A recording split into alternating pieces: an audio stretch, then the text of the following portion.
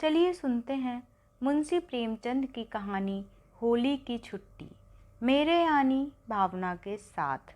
Vernacular final पास करने के बाद मुझे एक प्राइमरी स्कूल में जगह मिली जो मेरे घर से 11 मील पर था। हमारे हेडमास्टर साहब को छुट्टियों में भी लड़कों को पढ़ाने की सनक थी। रात को लड़के खाना खाकर स्कूल में आ जाते और हेडमास्टर साहब चारपाई पर लेटकर अपने खर्राटों से उन्हें पढ़ाया करते थे। जब लड़कों में ढोल दप्पा शुरू हो जाता और शोरगुल मचने लगता, तब यकायक वह खरगोश की नींद से चौंक पड़ते और लड़कों को 2-4 तमाचे लगाकर फिर अपने सपनों के मजे लेने लगते। 11-12 बजे रात तक यही ड्रामा होता रहता, यहाँ तक कि लड़के नींद से बेकरार होकर वहीं टाट पर सो जाते। अप्रैल में सालाना इम्तिहान होने वाला था, इसलिए जनवरी से ही हाय तौबा मची हुई थी। नाइट स्कूलों पर इतनी रियायत थी कि रात की क्लासों में उन्हें ना तलब किया जाता था, मगर छुट्टियां बिल्कुल ना मिलती थीं। सोमवती अमावस्या आई और निकल गई, बसंत आया और चला गया, शिवरात्रि आई और गुजर गई, और इतवारों का तो जिक्र ही क्या है। एक दिन के लिए कौन इतना बड़ा सफ़र करता, इसलिए कई महीनों से मुझे घर जाने का मौका न मिला था। मगर अब की बार मैंने पक्का इरादा कर लिया था कि होली पर ज़रूर घर जाऊंगा, चाहे नौकरी से हाथ ही क्यों ना धोना पड़े। मैंने एक हफ्ते पहले से ही हेडमास्टर साहब को अल्टीमेटम दे दिया कि 20 मार्च को होली की छुट्टी शुरू होगी और बंदा 19 की शाम को रुखसत हो जाएगा। हेडमास्टर साहब ने मुझे समझाया कि अभी लड़के हो, तुम्हें क्या मालूम नौकरी कितनी मुश्किलों से मिलती है और कितनी मुश्किलों से निभती है। नौकरी पाना उतना मुश्किल नहीं जितना उसको निभाना है। अप्रैल में इम्तिहान होने वाला है, 3-4 दिन स्कूल बंद रहा तो बताओ कितने लड़के पास होंगे। साल भर की सारी मेहनत पर पानी फिर जाएगा कि नहीं। मेरा कहना मानो, इस छुट्टी में ना जाओ, इम्तिहान के बाद जो छुट्टी पड़े उसमें चले जाना। ईस्टर की 4 दिन की छुट्टी होगी, मैं एक दिन के लिए भी ना रोकूंगा। मैं अपने मोर्चे पर कायम रहा। समझाने बुझाने, डराने धमकाने और जवाब तलब किए जाने के हथियारों का मुझ पर असर ना हुआ। 19 को ज्यों ही स्कूल बंद हुआ, मैंने हेडमास्टर साहब को सलाम भी न किया और चुपके से अपने डेरे पर चला आया। उन्हें सलाम करने जाता तो वह एक ना एक काम निकाल कर मुझे रोक लेते। रजिस्टर में फीस की मीजान लगाते जाओ, औसत हाजिरी निकालते जाओ, लड़कों की कॉपियां जमा करके उन पर संशोधन और तारीख सब पूरी कर दो। गोया यह मेरा आखिरी सफ़र है और मुझे ज़िंदगी के सारे काम अभी ख़त्म कर देने चाहिए। मकान पर आकर मैंने चटपट अपनी किताबों की पोटली उठाई, अपना हल्का लिहाफ कंधे पर रखा और स्टेशन के लिए चल पड़ा। गाड़ी 5:05 पर जाती थी। स्कूल की घड़ी हाजिरी के वक्त हमेशा आधा घंटा तेज और छुट्टी के वक्त आधा घंटा सुस्त रहती थी। 4 बजे स्कूल बंद हुआ था। मेरे ख्याल में स्टेशन पहुंचने के लिए काफ़ी वक्त था। फिर भी मुसाफिरों को गाड़ी की तरफ से आम तौर पर जो अंदेशा लगा रहता है और जो घड़ी हाथ में होने पर भी और गाड़ी का वक्त ठीक मालूम होने पर भी दूर से किसी गाड़ी की गड़गड़ाहट या सीटी सुनकर कदमों को तेज और दिल को परेशान कर दिया करता है, वह मुझे भी लगा हुआ था। किताबों की पोटली भारी थी, उस पर कंधे पर लिहाफ बार बार हाथ बदलता और लपका चला जाता था, यहाँ तक कि स्टेशन कोई 2 फरलांग से नजर आया। सिग्नल डाउन था। मेरी हिम्मत भी उस सिग्नल की तरह डाउन हो गई। उम्र के तकाजे से 100 कदम दौड़ा जरूर, मगर यह निराशा की हिम्मत थी। मेरे देखते देखते गाड़ी आई, 1 मिनट ठहरी और रवाना हो गई। स्कूल की घड़ी यकीनन आज और दिनों से भी ज़्यादा सुस्त थी। अब स्टेशन पर जाना बेकार था। दूसरी गाड़ी रात को 11 बजे आएगी। मेरे घर वाले स्टेशन पर कोई 12 बजे पहुंचेंगे और वहां से मकान पर जाते जाते 1 बज जाएगा। इस सन्नाटे में रास्ता चलना भी एक मोर्चा था जिसे जीतने की मुझ में हिम्मत ना थी। जी में तो आया कि चलकर हेडमास्टर को आड़े हाथों लूं, मगर जब्त किया और चलने के लिए तैयार हो गया। कुल 12 मील ही तो है। अगर 2 मील फी घंटा भी चलूं तो 6 घंटों में घर पहुंच सकता हूं। अभी 5 बजे हैं, जरा कदम बढ़ाता जाऊं तो 10 बजे यकीनन पहुंच जाऊंगा। अम्मा और मुन्नू मेरा इंतजार कर रहे होंगे। पहुंचते ही गरम गरम खाना मिलेगा। कुल्हड़ में गुड़ पक रहा होगा। वहाँ से गरम गरम रस पीने को आ जाएगा। और जब लोग सुनेंगे कि मैं इतनी दूर से पैदल आया हूँ तो उन्हें कितना अचरज होगा। मैंने फौरन गंगा की तरफ पैर बढ़ाया। यह कस्बा नदी के किनारे था और मेरे गांव की सड़क नदी के उस पार से थी। मुझे इस रास्ते से जाने का कभी संयोग ना हुआ था, मगर इतना सुना था कि कच्ची सड़क सीधी चली जाती है। परेशानी की कोई बात ना थी। 10 मिनट में नाव पार पहुंच जाएगी और बस फर्राटे भरता चल दूंगा। 12 मील कहने को तो होते हैं तो कुल 6 कोस। मगर घाट पर पहुंचा तो नाव में आधे मुसाफिर भी ना बैठे थे। मैं कूद कर जा बैठा, खेबे के पैसे भी निकाल कर दे दिए, लेकिन नाव है कि वहीं अचल ठहरी हुई है। मुसाफिरों की संख्या काफ़ी नहीं है, कैसे खुले। लोग तहसील और कचहरी से आते जाते हैं, वो बैठते जाते हैं, और मैं हूँ कि अंदर ही अंदर भुना जाता हूँ। सूरज नीचे दौड़ा चला जा रहा है, गोया मुझसे बाजी लगाए हुए है। अभी सफ़ेद था, फिर पीला होना शुरू हुआ और देखते देखते लाल हो गया। नदी के उस पार क्षितिज पर लटका हुआ, जैसे कोई डोल कुएं पर लटक रहा है। हवा में कुछ खुनकी भी आ गई, भूख भी मालूम होने लगी। मैंने आज घर जाने की खुशी और हड़बड़ी में रोटियां ना पकाई थी। सोचा था कि शाम को तो घर पहुंच जाऊंगा, लाओ 1 पैसे के चने लेकर खा लूं। उन दानों ने इतनी देर तक तो साथ दिया, अब पेट की पेचीदगियों में जाकर ना जाने कहाँ गुम हो गया। मगर क्या गम है, रास्ते में क्या दुकानें ना होंगी? 2-4 पैसे की मिठाइयाँ लेकर खा लूँगा। जब नाव उस किनारे पहुंची तो सूरज की सिर्फ आखिरी सांसें बाकी थी। हालांकि नदी का पाट बिल्कुल पैंदे में चिमट कर रह गया था। मैंने पोटली उठाई और तेजी से चला। दोनों तरफ चने के खेत थे, जिनके उगे फूलों पर ओस का हल्का सा पर्दा पड़ चला था। बेअख्तियार एक खेत में घुसकर बूट उखाड़ लिए और टूंगता हुआ भागा। सामने 12 मील की मंजिल है, कच्चा सुनसान रास्ता, शाम हो गई है। मुझे पहली बार गलती मालूम हुई, लेकिन बचपन के जोश ने कहा क्या बात है, 1-2 मील तो दौड़ ही सकते हैं। 12 को मन में 1760 से गुणा किया, 20,000 गज ही तो होते हैं। 12 मील के मुकाबले में 20,000 गज कुछ हल्के और आसान मालूम हुए। और जब 2-3 मील रह जाएगा तब तो एक तरह से अपने गांव में ही हूँगा। उसका क्या शुमार। हिम्मत बंध गई। इक्के दुक्के मुसाफिर भी पीछे चले आ रहे थे और इत्मीनान हुआ। अंधेरा हो गया है, मैं लपका जा रहा हूँ। सड़क के किनारे दूर से एक झोंपड़ी नजर आती है, एक कुप्पी जल रही है। जरूर किसी बनिए की दुकान होगी, और कुछ ना होगा तो गुड़ और चने तो मिल ही जाएंगे। कदम और तेज करता हूँ, झोंपड़ी आती है, उसके सामने एक क्षण के लिए खड़ा हो जाता हूँ। 4-5 आदमी उकड़ू बैठे हुए हैं, बीच में एक बोतल है, हर एक के सामने एक एक कुल्हड़। दीवार से मिली हुई ऊंची गद्दी है, उस पर साहजी बैठे हुए हैं, उनके सामने कई बोतलें रखी हुई हैं। जरा और पीछे हटकर एक आदमी कढ़ाई में सूखे मटन भून रहा है। उसकी सौंधी खुशबू मेरे शरीर में बिजली की तरह दौड़ जाती है। बेचैन होकर जेब में हाथ डालता हूँ और एक पैसा निकालकर उसकी तरफ चलता हूँ, लेकिन पाँव आप ही रुक जाते हैं। यह कलवारिया है। खोचे वाला पूछता है, क्या लोगे? मैं कहता हूँ कुछ नहीं, और आगे बढ़ जाता हूँ। दुकान भी मिली तो शराब की?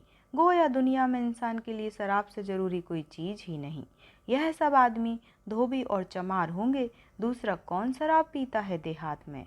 मगर वह मटन का आकर्षक सौंदापन मेरा पीछा कर रहा है और मैं भागा जा रहा हूँ। किताबों की पोटली जी का जंजाल हो गया है। ऐसी इच्छा होती है कि इसे यहीं सड़क पर पटक दूं। उसका वजन मुश्किल से 5 सेर होगा, मगर इस वक्त मुझे मन भर से ज़्यादा मालूम हो रहा है। शरीर में कमजोरी महसूस हो रही है। पूरनमासी का चांद पेड़ों के ऊपर जा बैठा है और पत्तियों के बीच से जमीन की तरफ झांक रहा है।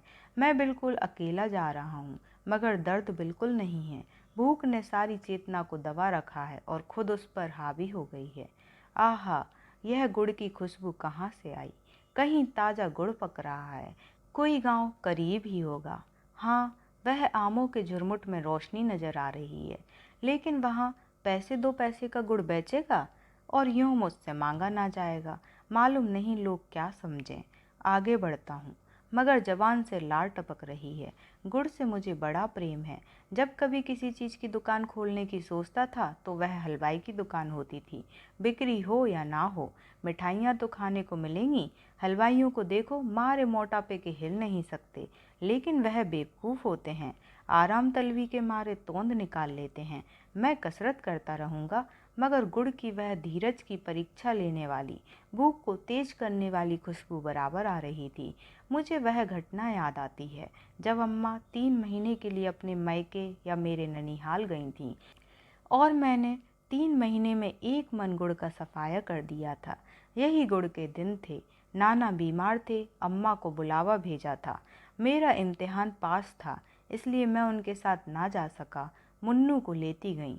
जाते वक्त उन्होंने 1 मन गुड़ लेकर उस मटके में रखा और उसके मुंह पर सकोरा रखकर मिट्टी से बंद कर दिया। मुझे सख्त ताकीद कर दी कि मटका ना खोलना। मेरे लिए थोड़ा सा गुड़ एक हांडी में रख दिया था। वह हांडी मैंने 1 हफ्ते में सफाचट कर दी। सुबह को दूध के साथ गुड़, रात को फिर दूध के साथ गुड़। यहाँ तक जायज़ खर्च था। इस पर अम्मा को भी कोई ऐतराज़ ना हो सकता। मगर स्कूल से बार बार पानी पीने के बहाने घर आता और 2-1 पिंडियाँ निकाल कर खा लेता। उसकी बजट में कहाँ गुंजाइश थी। और मुझे गुड़ का ऐसा चस्का पड़ा कि हर वक्त वही नशा सवार रहता। मेरा घर में आना गुड़ के सिर सामत आना था। 1 हफ्ते में हांडी ने जवाब दे दिया, मगर मटका खोलने की सख्त मनाही थी और अम्मा के घर आने में अभी 2.25 महीने बाकी थे। एक दिन तो मैंने बड़ी मुश्किल से जैसे तैसे सब्र किया, लेकिन दूसरे दिन के साथ सब्र जाता रहा और मटके को बंद कर दिया और संकल्प कर लिया कि इस हांडी को 3 महीने चलाऊंगा। चले या ना चले, मैं चलाए जाऊंगा। मटके को वह 7 मंजिल समझूंगा जिसे रुस्तम भी ना खोल सका था।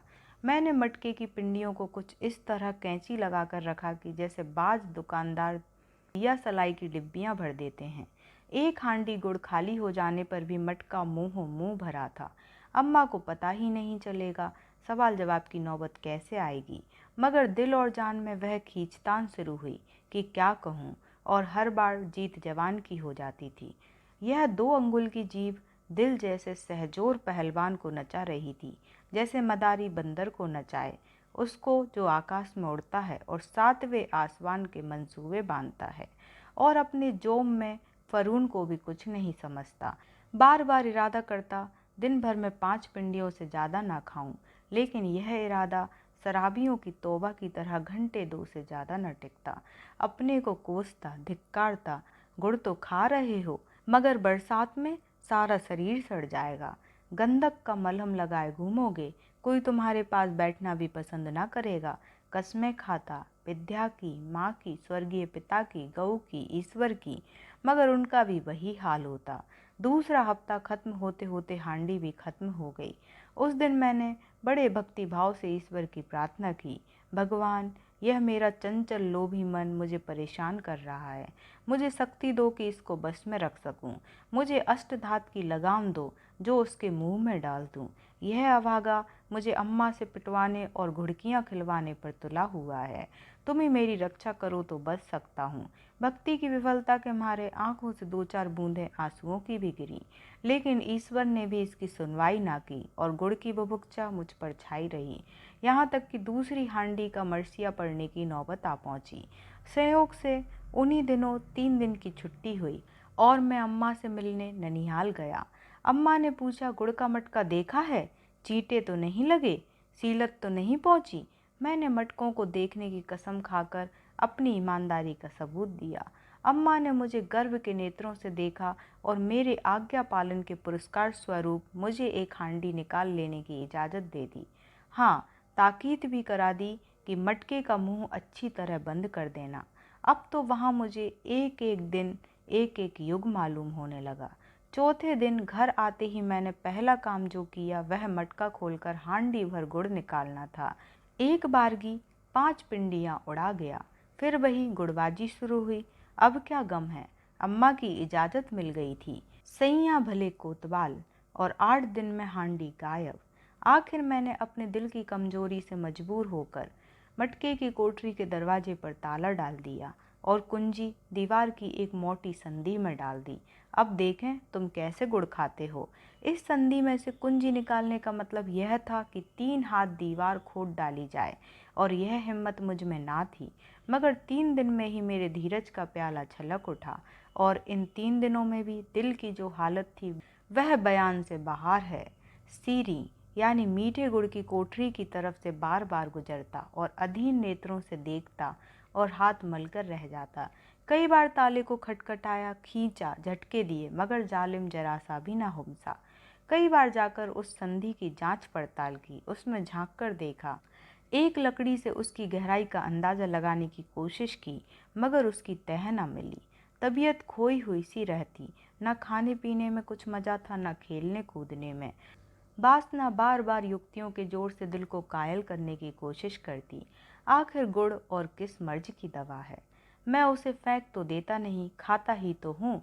क्या आज खाया और क्या 1 महीने बाद खाया, इसमें क्या फ़र्क है। अम्मा ने मनाही की है बेशक, लेकिन उन्हें मुझे एक उचित काम से अलग रखने का क्या हक है।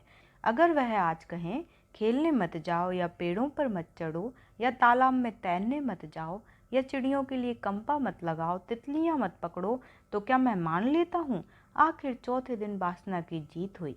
मैंने तड़के उठकर एक कुदाल लेकर दीवार खोदना शुरू किया। संधि थी ही, खोदने में ज़्यादा देर न लगी। आधा घंटे के घनघोर परिश्रम के बाद दीवार से कोई गज भर लंबा और 3 इंच मोटा चप्पड़ टूटकर नीचे गिर पड़ा, और संधि की तह में वह सफलता की कुंजी पड़ी हुई थी, जैसे समुंदर की तह में मोती की सीप पड़ी हो। मैंने झटपट उसे निकाला और फौरन दरवाज़ा खोला। मटके से गुड़ निकालकर हांडी में भरा और दरवाज़ा बंद कर दिया। मटके में इस लूटपाट से स्पष्ट कमी पैदा हो गई थी।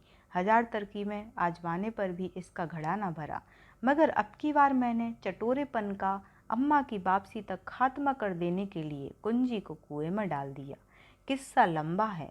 मैंने कैसे ताला तोड़ा, कैसे गुड़ निकाला, और मटका खाली हो जाने पर कैसे फोड़ा और उसके टुकड़े रात को कुएं में फेंके, और अम्मा आईं तो मैंने कैसे रो रो कर उनसे मटके के चोरी हो जाने की कहानी कही।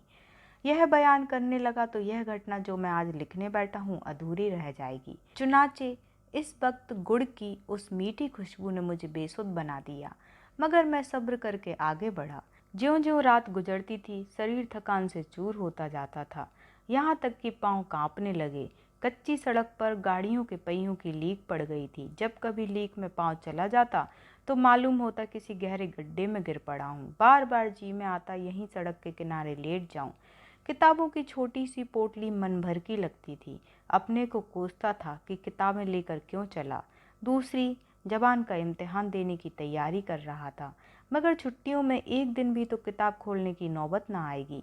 खामखा ये बोझ उठाए चला आता हूँ। ऐसा जी झुंझलाता था कि इस मूर्खता के बोझ को वहीं पटक दूं। आखिर टांगों ने चलने से इनकार कर दिया। एक बार मैं गिर पड़ा और संभल कर उठा तो पांव थरथरा रहे थे। अब बगैर कुछ खाए पैर उठना दूभर था, मगर यहाँ क्या खाऊं। बार बार रोने को जी चाहता था। संयोग से एक ईख का खेत नजर आया। अब मैं अपने को ना रोक सका। चाहता था कि खेत में घुसकर 4-5 ईख तोड़ लूं और मज़े से रस चूसता हुआ चलूं। रास्ता भी कट जाएगा और पेट में कुछ पड़ भी जाएगा। मगर मेड़ पर पांव रखा ही था कि कांटों में उलझ गया। किसान ने शायद मेड़ पर कांटे बिखेर दिए थे। शायद बेर की झाड़ी थी। धोती कुर्ता सब कांटों में फंसा हुआ। पीछे हटा तो कांटों की झाड़ी साथ साथ चली। कपड़े छुड़ाने लगा तो हाथ में कांटे चुभने लगे। जोर से खींचा तो धोती फट गई। भूख तो गायब हो गई। फिक्र हुई कि इस नई मुसीबत से क्यों कर छुटकारा हो। कांटों को एक जगह से अलग करता तो दूसरी जगह चिमट जाते। झुकता तो शरीर में चुभते। किसी को पुकारूं तो चोरी खुली जाती है। अजीब मुसीबत में पड़ा हुआ था। उस वक्त मुझे अपनी हालत पर रोना आ गया। कोई रेगिस्तानों की खाक छानने वाला आशिक भी इस तरह कांटों में ना फंसा होगा। बड़ी मुश्किल से आधे घंटे में गला छूटा, मगर धोती और कुर्ते के माथे गई। हाथ और पांव छलनी हो गए, वह घाते में। अब एक कदम आगे रखना मुहाल था। मालूम नहीं कितना रास्ता तय हुआ, कितना बाकी है। ना कोई आदमी, ना आदमजाद, किससे पूछूं। अपनी हालत पर रोता हुआ जा रहा था। एक बड़ा गांव नजर आया। बड़ी खुशी हुई। कोई ना कोई दुकान मिल ही जाएगी। कुछ खा लूँगा और किसी के सायबान में पड़ा रहूँगा, सुबह देखी जाएगी। मगर देहातों में लोग सरेशाम सोने के आदी होते हैं। एक आदमी कुएं पर पानी भर रहा था, उससे पूछा तो उसने बहुत ही निराशाजनक उत्तर दिया, अब यहाँ कुछ ना मिलेगा, बनिए नमक तेल रखते हैं, हलवाई की दुकान एक भी नहीं, कोई शहर थोड़े ही है, इतनी रात तक दुकान खोले कौन बैठा रहे। मैंने उससे बड़े विनती के स्वर में कहा, कहीं सोने को जगह मिल जाएगी। उसने पूछा, कौन हो तुम? तुम्हारी जान पहचान का यहाँ कोई नहीं है? जान पहचान का कोई होता तो तुमसे क्यों पूछता? तो भाई, अनजान आदमी को यहाँ नहीं ठहरने देंगे। इसी तरह कल एक मुसाफिर आकर ठहरा था, रात को एक घर में सेंध पड़ गई, सुबह को मुसाफिर का ना पता था। तो क्या तुम समझते हो मैं चोर हूँ? किसी के माथे पर तो लिखा नहीं होता, अंदर का हाल कौन जाने। नहीं ठहराना चाहते ना सही, मगर चोर तो ना बनाओ। मैं जानता यह इतना मनहूस गांव है तो इधर आता ही क्यों। मैंने ज़्यादा खुशामद ना की, जी जल गया, सड़क पर आकर फिर आगे चल पड़ा। इस वक्त मेरे होश ठिकाने ना थे, कुछ खबर नहीं किस रास्ते से गांव में आया था और किधर चला जा रहा था। अब मुझे अपने घर पहुंचने की उम्मीद ना थी। रात यूं ही भटकते हुए गुजरेगी, फिर इसका क्या गम कि कहाँ जा रहा हूँ। मालूम नहीं कितनी देर तक मेरे दिमाग का यही हाल रहा। अचानक एक खेत में आग जलती हुई दिखाई पड़ी कि जैसे आशा का दीपक हो। जरूर वहाँ कोई आदमी होगा, शायद रात काटने को जगह मिल जाए। कदम तेज किए और करीब पहुँचा कि यकायक एक बड़ा सा कुत्ता भौंकता हुआ मेरी तरफ दौड़ा। इतनी डरावनी आवाज़ थी कि मैं कांप उठा। एक पल में वह मेरे सामने आ गया और मेरी तरफ लपक लपक कर भौंकने लगा। मेरे हाथों में किताबों की पोटली के सिवा और क्या था? ना कोई लकड़ी थी ना पत्थर। कैसे भगाऊं? कहीं बदमाश मेरी टांग पकड़ ले तो क्या करूं? अंग्रेजी नस्ल का शिकारी कुत्ता मालूम होता था। मैं जितना ही धत धत करता था उतना ही वह गरजता था। मैं खामोश खड़ा हो गया और पोटली जमीन पर रखकर पांव से जूते निकाल लिए। अपनी हिफाजत के लिए कोई हथियार तो हाथ में हो। उसकी तरफ गौर से देख रहा था कि खतरनाक हद तक मेरे करीब आए तो उसके सिर पर इतने जोर से नालदार जूता मार दूं कि याद ही तो करे। लेकिन शायद उसने मेरी नीयत ताड़ ली और इस तरह मेरी तरफ झपटा कि मैं कांप गया और जूते हाथ से छूटकर जमीन पर गिर पड़े। और उसी वक्त मैंने डरी हुई आवाज़ में पुकारा, अरे खेत में कोई है, देखो यह कुत्ता मुझे काट रहा है। ओ महतो, देखो तुम्हारा कुत्ता मुझे काट रहा है। जवाब मिला, कौन है? मैं हूँ राहगीर, तुम्हारा कुत्ता मुझे काट रहा है। नहीं, काटेगा नहीं, डरो मत। कहाँ जाना है? महमूद नगर। महमूद नगर का रास्ता तो तुम पीछे छोड़ आए, आगे तो नदी है। मेरा कलेजा बैठ गया, रुआंसा होकर बोला, महमूद नगर का रास्ता कितनी दूर छूट गया है? यही कोई 3 मील। और एक लहीम सहीम आदमी हाथ में लालटेन लिए हुए आकर मेरे सामने खड़ा हो गया। सर पर हैट था, एक मोटा फौजी ओवरकोट पहने हुए, नीचे निकर, पाँव में फुल बूट, बड़ा लंबा तगड़ा, बड़ी बड़ी मूछें, गोरा रंग, साकार पुरुष सौंदर्य। बोला, तुम तो कोई स्कूल के लड़के मालूम होते हो। लड़का तो नहीं हूँ, लड़कों का मुदर्रिस हूँ। घर जा रहा हूँ, आज से 3 दिन की छुट्टी है। तो रेल से क्यों नहीं गए? रेल छूट गई और दूसरी 1 बजे छूटती है, वह अभी तुम्हें मिल जाएगी। 12 का अमल है, चलो मैं स्टेशन का रास्ता दिखा दूँ। कौन से स्टेशन का? भगवंतपुर का। भगवंतपुर ही से तो मैं चला हूँ, वह बहुत पीछे छूट गया होगा। बिल्कुल नहीं, तुम भगवंतपुर स्टेशन से 1 मील के अंदर खड़े हो। चलो मैं तुम्हें स्टेशन का रास्ता दिखा दूँ, अभी गाड़ी मिल जाएगी। लेकिन रहना चाहो तो मेरे झोपड़े में लेट जाओ, कल चले जाना। अपने ऊपर गुस्सा आया कि सिर पीट लूँ। 5 बजे से तेली के बैल की तरह घूम रहा हूँ और अभी भगवंतपुर से कुल 1 मील आया हूँ, रास्ता भूल गया। यह घटना भी याद रहेगी कि चला 6 घंटे और तय किया 1 मील। घर पहुँचने की धुन जैसे और भी दहक उठी। बोला, नहीं, कल तो होली है, मुझे रात को पहुँच जाना चाहिए, मगर रास्ता पहाड़ी है, ऐसा ना हो कोई जानवर मिल जाए। अच्छा चलो, मैं तुम्हें पहुँचाए देता हूँ, मगर तुमने बड़ी गलती की, अनजान रास्ते को पैदल चलना कितना खतरनाक है। अच्छा चलो, मैं पहुँचाए देता हूँ, खैर खड़े रहो, अभी मैं आता हूँ। कुत्ता दुम हिलाने लगा और मुझसे दोस्ती करने का इच्छुक जान पड़ा। दुम हिलाता हुआ सिर झुकाए क्षमा याचना के रूप में मेरे सामने आकर खड़ा हुआ। मैंने भी बड़ी उदारता से उसका अपराध क्षमा कर दिया और उसके सिर पर हाथ फेरने लगा। क्षण भर में वह आदमी बंदूक कंधे पर रखे आ गया और बोला, चलो मगर अब ऐसी नादानी ना करना। खैरियत हुई कि मैं तुम्हें मिल गया। नदी पर पहुंच जाते तो जरूर किसी जानवर से मुठभेड़ हो जाती। मैंने पूछा, आप तो कोई अंग्रेज मालूम होते हैं, मगर आपकी बोली बिल्कुल हमारे जैसी है। उसने हंसकर कहा, हाँ, मेरा बाप अंग्रेज था, फौजी अफसर। मेरी उम्र यहीं गुजरी है। मेरी माँ उसका खाना पकाती थी। मैं भी फौज में रह चुका हूँ। यूरोप की लड़ाई में गया था, अब पेंशन पाता हूँ। लड़ाई में मैंने जो दृश्य अपनी आंखों से देखे और जिन हालात में मुझे ज़िंदगी बसर करनी पड़ी और मुझे अपनी इंसानियत का जितना खून करना पड़ा, उससे इस पेशे से मुझे नफ़रत हो गई और मैं पेंशन लेकर यहाँ चला आया। मेरे पापा ने यहीं एक छोटा सा घर बना लिया था। मैं यहीं रहता हूँ और आसपास के खेतों की रखवाली करता हूँ। यह गंगा की घाटी है, चारों तरफ पहाड़ियाँ हैं, जंगली जानवर बहुत लगते हैं। सुअर, नीलगाय, हिरन सारी खेती बर्बाद कर देते हैं। मेरा काम है जानवरों से खेती की हिफाजत करना।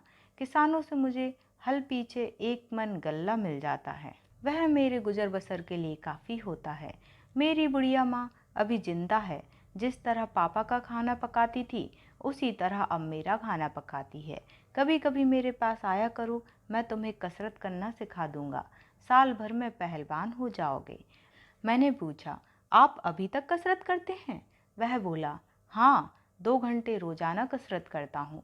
मुकद्दर और लेजिम का मुझे बहुत शौक है। मेरा 5वां साल है, मगर एक सांस में 5 मील दौड़ सकता हूँ। कसरत ना करूँ तो इस जंगल में रहूँ कैसे? मैंने खूब कुश्तियाँ लड़ी हैं।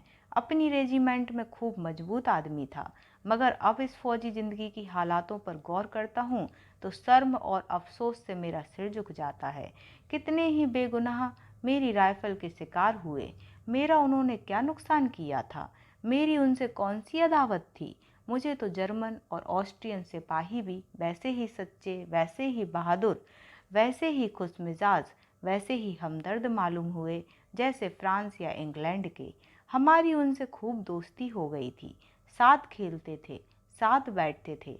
यह ख्याल ही ना आता था कि यह लोग हमारे अपने नहीं हैं, मगर फिर भी हम एक दूसरे के खून के प्यासे थे। किस लिए? इसलिए कि बड़े बड़े अंग्रेज सौदागरों को खतरा था कि कहीं जर्मनी उनका रोजगार न छीन ले। यह सौदागरों का राज है। हमारी फौजें उन्हीं के इशारों पर नाचने वाली कठपुतलियां हैं। जान हम गरीबों की गई, जेबें गर्म हुई मोटे मोटे सौदागरों की। उस वक्त हमारी ऐसी खातिर होती थी, ऐसी पीठ ठोकी जाती थी, गोया हम सल्तनत के दामाद हैं। हमारे ऊपर फूलों की बारिश होती थी, हमें गायन पार्टियां दी जाती थीं। हमारी बहादुरी की कहानियां रोजाना अखबारों में तस्वीरों के साथ छपती थीं। नाजुक बदल लेडियां और शहजादियां हमारे लिए कपड़े सीती थीं, तरह तरह के मुरब्बे और अचार बना बना कर भेजती थीं। लेकिन जब सुलह हो गई तो उन्हीं जाबाजों को कोई टके को भी ना पूछता था। कितनों ही के अंग भंग हो गए थे। कोई लूला हो गया था, कोई लंगड़ा, कोई अंधा। उन्हें एक टुकड़ा रोटी भी देने वाला कोई ना था। मैंने कितने ही को सड़क पर भीख मांगते देखा। तब से मुझे इस पेशे से नफरत हो गई। मैंने यहाँ आकर यह काम अपने जिम्मे ले लिया और खुश हूँ। सिपहगिरी इसलिए है कि उससे गरीबों की जान माल की हिफाजत हो, इसलिए नहीं कि करोड़पतियों की बेशुमार दौलत और बढ़े। यहाँ मेरी जान हमेशा खतरे में बनी रहती है। कई बार मरते मरते बचा हूँ, लेकिन इस काम में मर भी जाऊँ तो मुझे अफसोस ना होगा, क्योंकि मुझे यह तस्कीन होगी कि मेरी ज़िंदगी गरीबों के काम आई। और यह बेचारे किसान मेरी कितनी खातिर करते हैं कि तुमसे क्या कहूँ। अगर मैं बीमार पड़ जाऊँ और उन्हें मालूम हो जाए कि मैं उनके शरीर के ताज़े खून से अच्छा हो जाऊँगा तो बिना झिझके अपना खून दे देंगे। पहले मैं बहुत शराब पीता था। मेरी बिरादरी को तो तुम लोग जानते होगे। हम में बहुत ज़्यादा लोग ऐसे हैं जिनको खाना मयस्सर हो या ना हो, मगर शराब ज़रूर चाहिए। मैं भी एक बोतल शराब रोज़ पी जाता था। बाप ने काफ़ी पैसे छोड़े थे। अगर किफ़ायत से रहना जानता तो ज़िंदगी भर आराम से पड़ा रहता। मगर शराब ने सत्यानाश कर दिया। उन दिनों मैं बड़े ठाठ से रहता था, कॉलर टाई लगाए, छैला बना हुआ, नौजवान छोकरियों से आंखें लड़ाया करता था। घुड़दौड़ में जुआ खेलना, शराब पीना, क्लब में ताश खेलना और औरतों से दिल बहलाना, यही मेरी जिंदगी थी। 3-4 साल में मैंने 25-30 हजार रुपये उड़ा दिए। कौड़ी कफन को न रखी। जब पैसे खत्म हो गए तो रोजी की फिक्र हुई। फौज में भर्ती हो गया, मगर खुदा का शुक्र कि वहाँ से कुछ सीख कर लौटा। यह सच्चाई मुझ पर खुल गई कि बहादुर का काम जान लेना नहीं बल्कि जान की हिफाजत करना है। यूरोप से आकर एक दिन मैं शिकार खेलने लगा और इधर आ गया। देखा कई किसान अपने खेतों के किनारे उदास खड़े हैं। मैंने पूछा, क्या बात है, तुम लोग क्यों इस तरह उदास खड़े हो? एक आदमी ने कहा, क्या करें साहब, जिंदगी से तंग हैं।